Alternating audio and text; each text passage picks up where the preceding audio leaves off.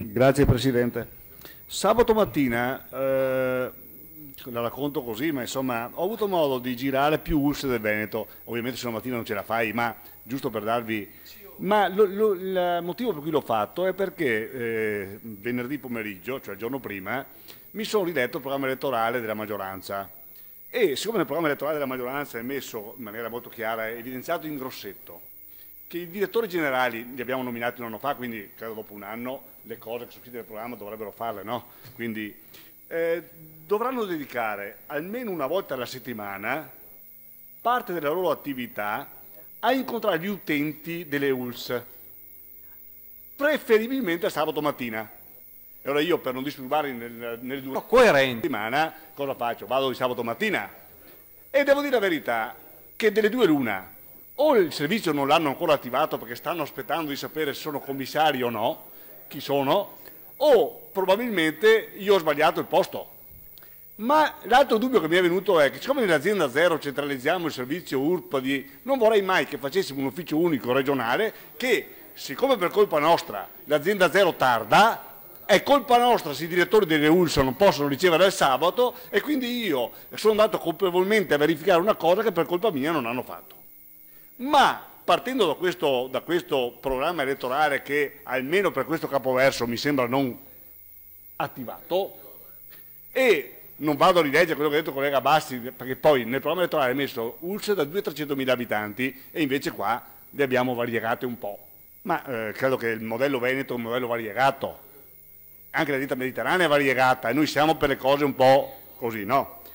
Io quello che chiedo è, e sto sul tema invece, e non voglio polemicare perché come vedete non entrerò mai se posso nella valutazione di merito delle ULSS proposte, perché quando entreremo nel merito allora il tema si fa delicato.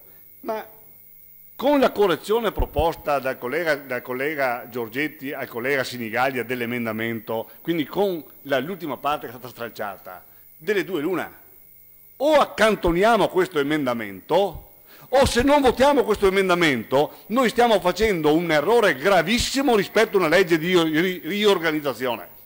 Perché capisco che la maggior parte non l'ha letto perché si ritiene che quest'Aula sia inutile, ma mi permetto di rileggere, ho ancora 2 minuti, le aziende, noi stiamo riorganizzando il sistema regionale e dice l'emendamento, le nuove aziende saranno ridotte sulla base di criteri geografici, di flusso di pazienti, di garanzia dell'emergenza e urgenza.